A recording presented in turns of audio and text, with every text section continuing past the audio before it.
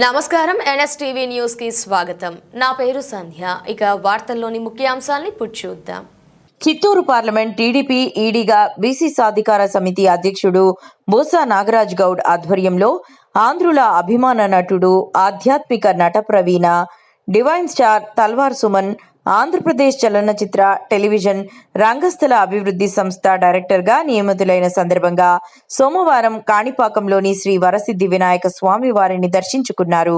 ఆలయానికి చేరుకున్న ఆయనకు ఆలయ అధికారులు, జిల్లా ఈడిగ సంఘం సాధికార కమిటీ అధ్యక్షుడు బుస్సా నాగరాజ్ గౌడ్, బంగారుపాలెం టీడీపీ మండల అధ్యక్షుడు ఎన్పి ధరణి ప్రసాద్, పాలక మండలి సభ్యుడు శివతో పాటు పలువురు నాయకులు, అభిమానులు ఘన స్వాగతం పలికారు.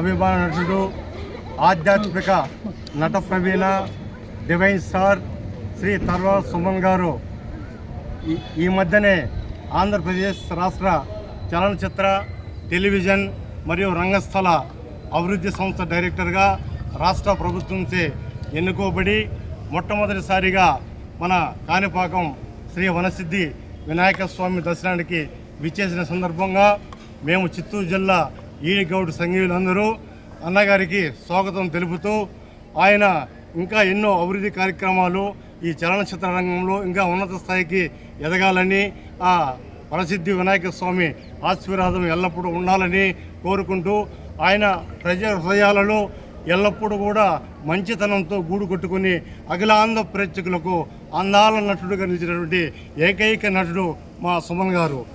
ఆయన శ్రీరామచంద్రుడిగా, అన్నమయ్యగా అనేక భక్తి సినిమాల్లో నటించి మా అప్పటి శంకర్ దయాళ శర్మ అనేటువంటి రాష్ట్రపతిగా ఉన్నటువంటి శంకర్ దయాళ శర్మ, అయ్యా అన్నమయ్య చిత్రంలో శ్రీ వెంకటేశ్వరుడుగా నటించినటువంటి సుమన్ గారితో నేను సినిమా చూడాలి అనే ఉద్దేశంతో అన్నగారిని ఢిల్లీకి రప్పించుకొని అప్పటి రాష్ట్రపతి అయినటువంటి శంకర్ దయాళ శర్మ గారు అన్నతో కూడి సినిమా చూడడం గొప్ప విశేషం.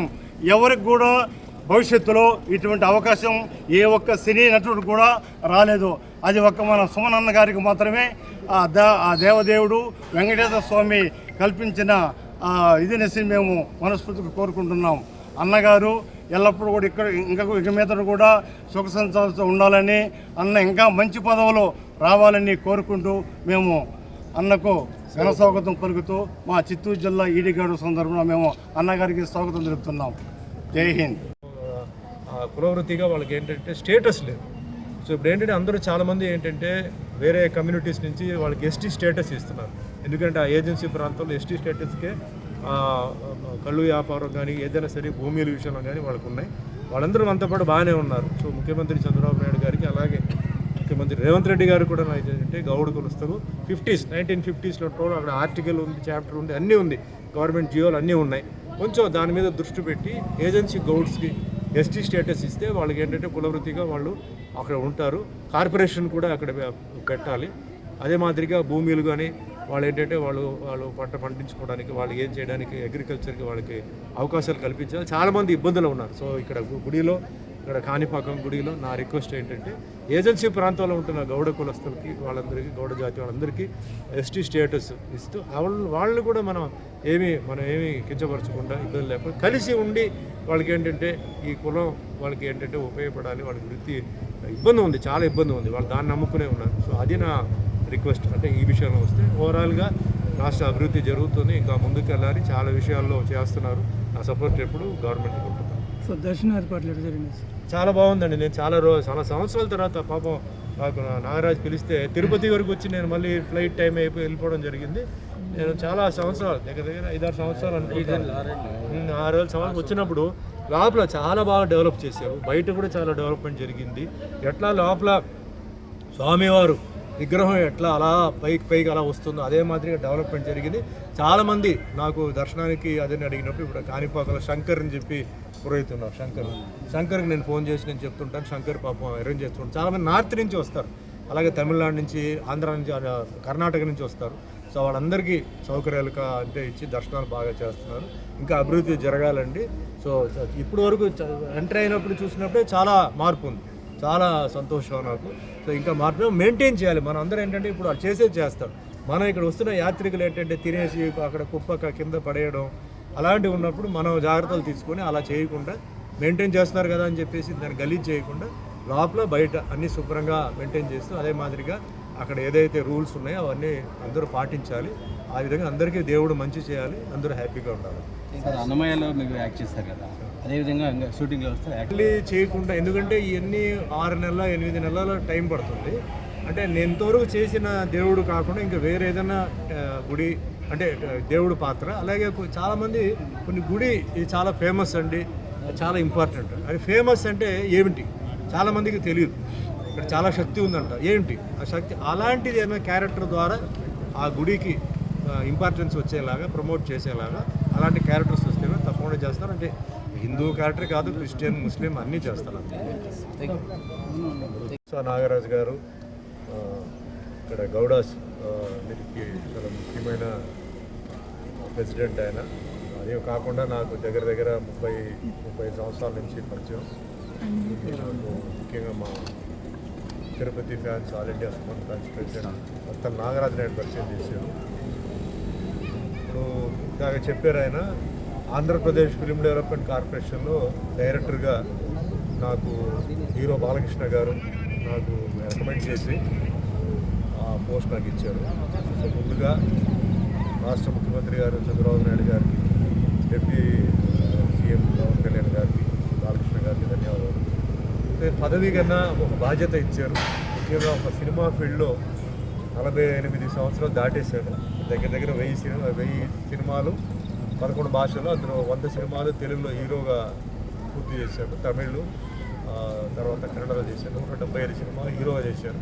మిగతాన్ని ఇప్పుడు ఆయన చెప్పినట్టు అన్నమయ్యలో వెంకటేశ్వర స్వామి, రామదాసు శ్రీరాములు, సత్యనారాయణ స్వామి సినిమాలో సత్యనారాయణ స్వామి వేషం. ఇది కాకుండా ఇందాక ఆయన చెప్పారు ప్రెసిడెంట్ ఆఫ్ ఇండియాతో కూర్చొని సినిమా చూసి ఆయనతో బ్రేక్ఫాస్ట్ లంచ్ తీసుకున్న భాగ్యం ఏంటంటే ఏ అవార్డుకి అది అసలు కంపేర్ చేయలేం. భారతరత్న అవార్డు లాగా నాకు అది నేను ఫీల్ అవుతున్నాను. ఎందుకంటే ఒక భారతీయుడు రాష్ట్రపతితో కూర్చొని సినిమా చూడడం, ఆయన భోజనం చేయడం, టిఫిన్ చేయడం మామూలు విషయం.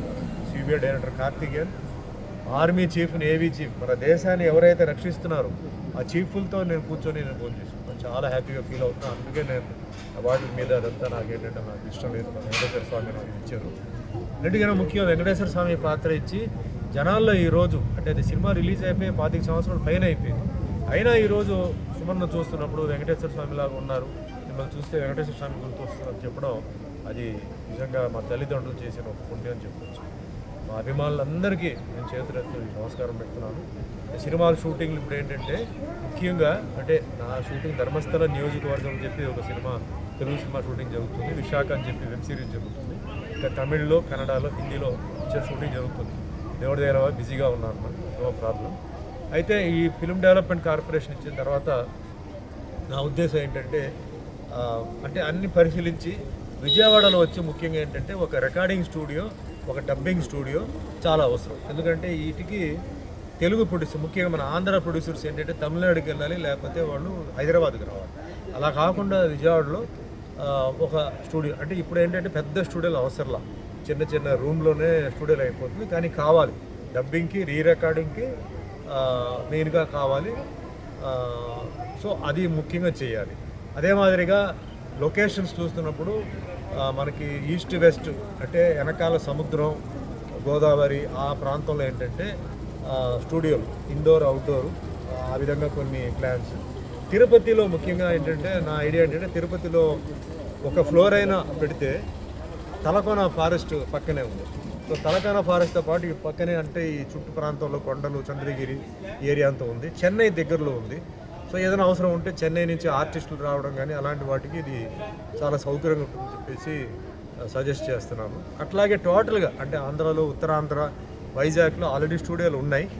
అయితే బీచ్ సైడ్లో అరకు, ముఖ్యంగా అరకు వ్యాలీని ఒక ఊటీ కింద అది కొంచెం డెవలప్ చేస్తే చాలామంది ఊటీకి వెళ్తున్నారు. అలా ఊటీకి వెళ్ళకుండా అరకులో ఆ ఊటీలో ఏదైతే ఉన్నాయో ఫ్లవర్ గార్డెన్ అలాంటివన్నీ పెట్టి చేస్తే అది ఒక మంచి షూటింగ్ స్పాట్గా ఉందని చెప్పి చేయవచ్చు అని చెప్పి ఇలా ఐడియాలు ఉన్నాయి. ఇలాంటి చాలా ఐడియాలు అంటే మాకున్న ఎక్స్పీరియన్స్కి, మాకున్న ఏజ్కి సినిమాలన్నీ చూసాం, వేరే రాష్ట్రాలు తిరిగాం, ఆ విధంగా చేయాలని చెప్పేసి ఒక ఐడియా ఉందన్నమాట. సో ఒక మీటింగ్లు జరుగుతూ ఉన్నాయి. సో ప్రస్తుతానికి ఏంటంటే నేను తిరగడం, ఊరు తిరగడం కూడా, ఆంధ్ర తిరగడం కూడా, లొకేషన్స్ ఇక్కడ ఏమున్నాయి, ఎలాంటి లొకేషన్స్, సౌకర్యాలు అంటే ఆర్టిస్టులు వస్తే అంటే పెద్ద కేటగిరీ వస్తే వాళ్ళు సిటీలో ఉండాలి, అక్కడి నుంచి రావాలి పోవాలి. మిగిలిన వాళ్ళకి ఎట్లా ఉంది సౌకర్యాలు, అలాగే షూటింగ్ చేయడానికి వచ్చిన వాళ్ళందరికీ ఏంటంటే భద్రత, అలాగే గవర్నమెంట్ రేట్లో షూటింగ్, కొన్ని గవర్నమెంట్ లొకేషన్ ఫ్రీగా షూటింగ్ వస్తే చిన్న నిర్మాతల ముందు బ్రతకాలి, చిన్న దర్శకులు, చిన్న నిర్మాతలు దొరకాలి. ఎందుకంటే వాళ్ళకే ఇబ్బంది అవుతుంది. సినిమాలు థియేటర్లో రిలీజ్ అయ్యి టాక్ వచ్చే లోపల సినిమాలు ఎత్తేస్తున్నారు. అలా కాకుండా చిన్న థియేటర్లో, ముఖ్యంగా వచ్చేసి బస్ స్టాండ్ దగ్గర అలాంటి చోట్ల, రైల్వే స్టేషన్ దగ్గర చిన్న థియేటర్లు కడితే జనాలు వస్తారు. ఫ్లోటింగ్ ఎప్పుడు ఉంటుంది. పగలు ఉదయం పూట ఏంటంటే హాల్ అదే పెళ్ళికి ఫంక్షన్కి ఇచ్చి మధ్యాహ్నం matinee show, evening show, night show ఇస్తే అమౌంట్ రొటేట్ అవుతుంటారు, మెయింటెనెన్స్కి రొటేట్ అవుతుంది. ఇది ఒక ఐడియా అనమాట. సో ఇట్లా చాలా ఉన్నాయన్నమాట. ఇవన్నీ చెప్తూనే ఉన్నాం. సో మళ్ళీ ఒకసారి నాకు ఈ బాధ్యత ఇచ్చినందుకు ముఖ్యమంత్రి చంద్రబాబు నాయుడు గారికి, అలాగే డిప్యూటీ సీఎం పవన్ కళ్యాణ్ గారికి, హీరో బాలకృష్ణ గారికి ధన్యవాదాలు. ఎప్పుడు నేను ఇది మర్చిపోను. నా కర్తవ్యం ఇచ్చారు, అది నేను ఉంటున్నాను. ఇకపోతే మా బీసీ కమ్యూనిటీ వీటి విషయం వచ్చేటప్పటికి నేను బీసీ కాబట్టి నాకు అందరూ అభిమానులు కావాలి. కానీ నేను బీసీ కాబట్టి బీసీ దీంట్లో ముఖ్యంగా మా గౌడ జాతికి అభివృద్ధి జరగాలి. అభివృద్ధి అంటే ఏంటంటే ఏజెన్సీ ప్రాంతంలో చాలామంది గౌడ్లు ఇబ్బందులు ఉన్నారు.